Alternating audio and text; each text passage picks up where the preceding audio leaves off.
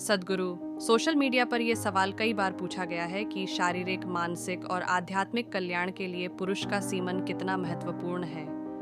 क्या अपने सीमन को बर्बाद करना हमें आध्यात्मिक रूप से नुकसान पहुंचा सकता है? आप ये अच्छे से जानते हैं कि आपकी शारीरिक मौजूदगी का आधार सीमन या वीर्य है। आप चाहे पुरुष हों या महिला, आपके शरीर को बनाने के लिए जिम्मेदार सामग्रियों का 50% ये है ना? हमारे पास चमड़ी है, हमारे पास चमड़ी के ऊपर की कोशिकाएं हैं, हमारे पास बाल हैं, हमारे शरीर के अनेक पहलू हैं। आप जानते हैं, दिल, गुर्दा, लीवर, ये वो आदि।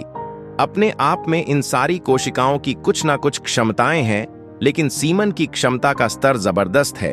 यह एक पूरा नया जीवन बना सकता है। आज आप त्वचा की एक ऊपरी कोशिका को लेकर प्रयोगशाला में बहुत कुछ कर सकते हैं और शायद हम आपका क्लोन भी बना दें, ठीक है? तो क्षमता यहां भी है, लेकिन इसका स्तर उन कोशिकाओं के स्तर जैसा नहीं है जिन्हें आप सीमन या वीर्य कह रहे हैं। तो योग संस्कृति में हम इसे वीर्य कहते हैं। वीर्य को हम वज्र भी कहते हैं, जिसका अर्थ है स्थिरता या हीरा, जो सबसे कठोर चीज है। तो मानव शरीर में वीर्य को वज्र की तरह समझा जाता है, जिसका अर्थ है कि अगर आप इसका उपयोग करना जानते हो तो यह सबसे शक्तिशाली चीजों में से एक है। तो इसका उपयोग करने से मतलब यह है कि आप इसका उपयोग बच्चे पैदा करने के लिए कर सकते हैं। यह सवाल इसलिए आया क्योंकि आप इसका उपयोग हॉस्टल की चादर को बर्बाद करने में कर रहे हैं, ठीक है? अगर आप इसका इस तरह से उपयोग कर रहे हैं तो आप मजबूर हैं। आप जो कर रहे हैं वो कर रहे हैं। यह कोई ऐसी बात नहीं है जिस पर नैतिकता के आधार पर कोई राय बनाई जाए। सवाल यह है कि कोई किस हद तक मजबूर होकर कुछ कर रहा है।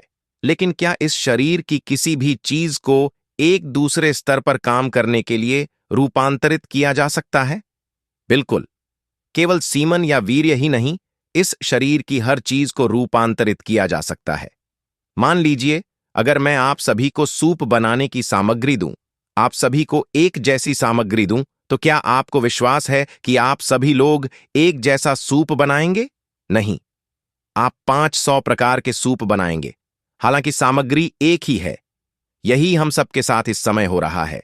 हम सभी बुनियादी रूप से एक ही सामग्री से बने हैं, लेकिन देखिए कि हम एक दूसरे से कितने अलग हैं, क्योंकि सूप अलग अलग है।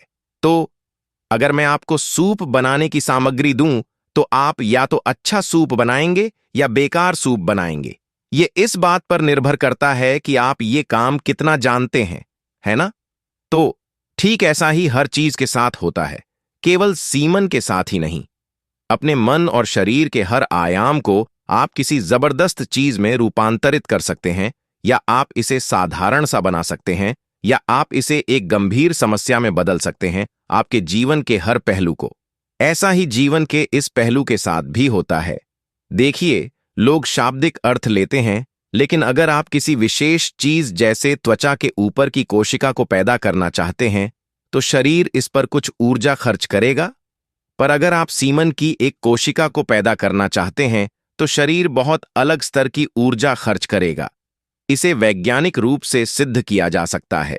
तो जब आप इसमें इतनी सारी ऊर्जा खर्च कर रहे हैं, तो स्वाभाविक है कि इसमें एक क्षमता है, लेकिन क्या आप में उसे खोजने की काबिलियत है? क्या आप वो खोज करना जानते हैं? क्या ऐसा करने के लिए आपके पास जरूरी साधना और मार्गदर्शन है? ये एक बहुत बड़ा प्रश्न है।